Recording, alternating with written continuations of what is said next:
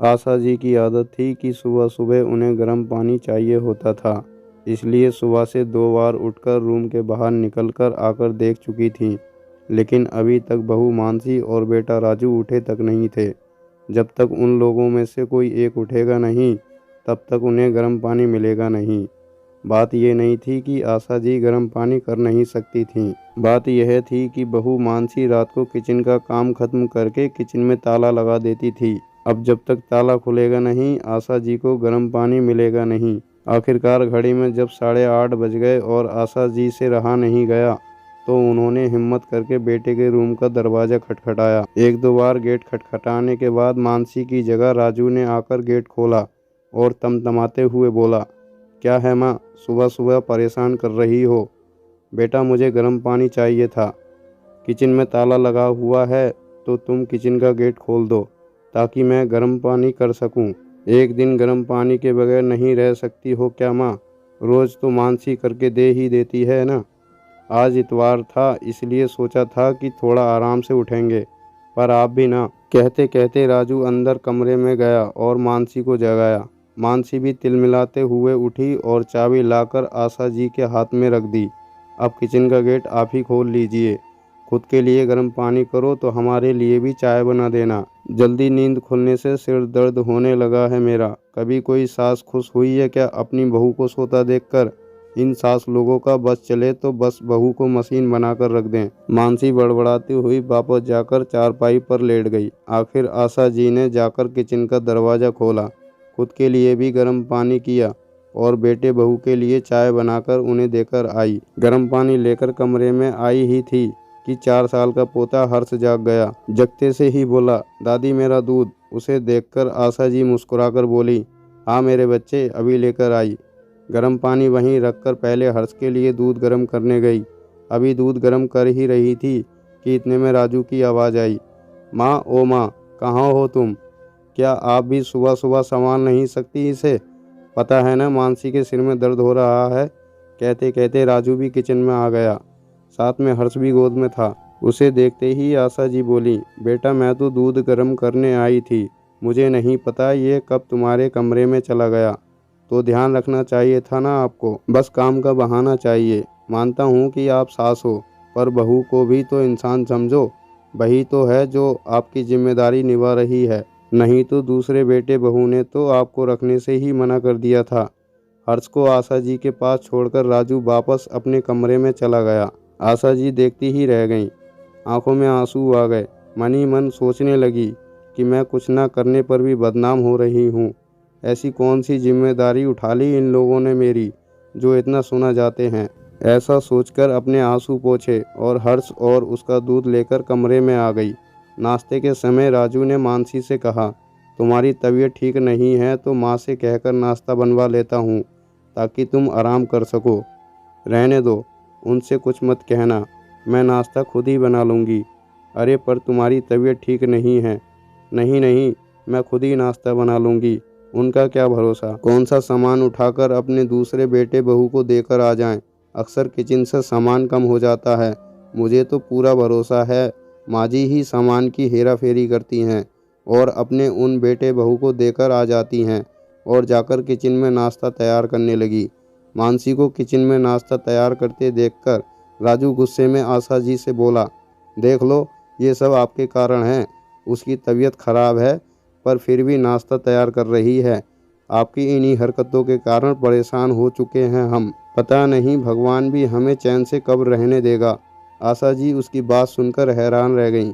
सुनकर अपने रूम में चुपचाप शांतिपूर्वक बैठ गईं। आंखों से झरझर आंसू बहे जा रहे थे। क्या इसी दिन के लिए इन बेटों को जन्म दिया था? जब शादी के 6 साल बाद मंदिर मंदिर माथा टेकने के बाद 2 जुड़वा बेटे हुए तो कितने खुश हुए थे घर में सब लोग। यार दोस्त रिश्तेदार सब लोगों ने कितनी बधाइयाँ दी थीं। सासू माँ तो बलैयाँ लिए जा रही थी, अरे 2-2 बेटों की माँ बनी है, बुढ़ापे में बैठकर राज करेगी राज। कुछ साल बाद जब पति की मृत्यु हो गई, तब भी आशा जी ने हिम्मत करके अपने दोनों बेटे राजू और विक्की को संभाला। कितनी परेशानी झेल कर भी इन लोगों को पढ़ाया लिखाया, इतना बड़ा किया, दोनों की शादी करवाई। पर उसके बाद सब कुछ बदल गया। दोनों बहुओं की आपस में बनी नहीं, इस कारण बेटों में भी झगड़े होने लगे। आखिरकार दोनों बेटे अलग हो गए। आशा जी के पति ने 2 मंजिला मकान बनवाया था। उसी में ऊपर मंजिल पर विक्की अपनी बीवी के साथ रहने लगा और नीचे वाले फ्लोर पर राजू अपनी बीवी और आशा जी के साथ रहने लगा। आशा जी को रखने को लेकर भी दोनों भाइयों में बहस हुई थी। विक्की ने साफ मना कर दिया कि वो माँ को अपने पास नहीं रखेगा, तो राजू को अपने पास आशा जी को रखना पड़ा। सच कहें तो उस वक्त की बधाइयाँ आज कानों में चुभ रही थीं। थोड़ी देर बाद राजू रूम में आया और समोसों की प्लेट आशा जी के सामने टेबल पर रखते हुए या यूं कहें पटकते हुए बोला, लो नाश्ता कर लो, आखिर एक बहू को ही परेशान करते जाओ, दूसरी से तो कोई लेना देना ही नहीं। आशा जी को राजू की बात बहुत बुरी लगी थी। उन्हें ऐसा लग रहा था जैसे समोसों की प्लेट उन्हें चिढ़ा रही है। ऐसा भी खाना किस काम का जो तिरस्कार करके दिया जाए। आखिर आशा जी ने उस नाश्ते की प्लेट को हाथ भी नहीं लगाया। आखिरकार आशा जी ने काफ़ी सोचा और सोच समझकर वो एक विचार पर पहुंची। शाम को विक्की अपनी पत्नी के साथ बाहर कहीं घूमने जा रहा था। राजू और मानसी भी बाहर खड़े हुए थे कि तभी एक प्रॉपर्टी ब्रोकर उनके घर पर आया। उसे देखकर चारों बेटे बहू हैरान रह गए। उसने आते ही पूछा, क्या मैं आशा जी से मिल सकता हूँ? आपको आशा जी से क्या काम है, हमें बताइए, हम उनके बेटे हैं। जी, मुझे आशा जी ने फ़ोन करके बुलाया है। सब एक दूसरे को हैरानी से देखने लगे। इतने में आशा जी अंदर से आई। क्या आप ही आशा जी हैं? जी, आपने सुबह फ़ोन किया था मकान बेचने की बात करने के लिए। अरे हाँ, मैंने ही आपको फ़ोन किया था। इससे पहले आशा जी आगे कुछ कहती राजू बोला, कौन सा मकान बेच रही हो आप? हमसे पूछे बगैर आप ये निर्णय कैसे ले सकती हो? माँ, मकान बेच दोगी तो हम कहाँ जाएंगे? विक्की ने भी कहा, कभी मेरे बारे में सोचा था कि मैं कहाँ रहूँगी, कैसे रहूँगी? मुझे बातें सुनाने में तुम लोग कोई कसर नहीं छोड़ते हो। मकान तो मेरे पति का बनाया हुआ है, मेरे नाम पर है, फिर किस हक से मकान में हिस्सा मांग रहे हो? पर माँ जी, समस्या क्या है? मकान को बेच दोगी तो आप उन पैसों का करोगी क्या?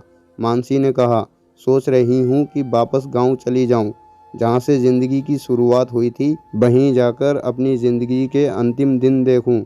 इसलिए मैं मकान बेचकर गांव में ही ज़मीन खरीद रही हूँ और वहीं रहूँगी। फिर हम लोगों का क्या? छोटी बहू ने कहा, मुझे नहीं पता, तुम लोगों के तो हाथ पैर चलते हैं और उससे भी तेज़ जबान चलती है।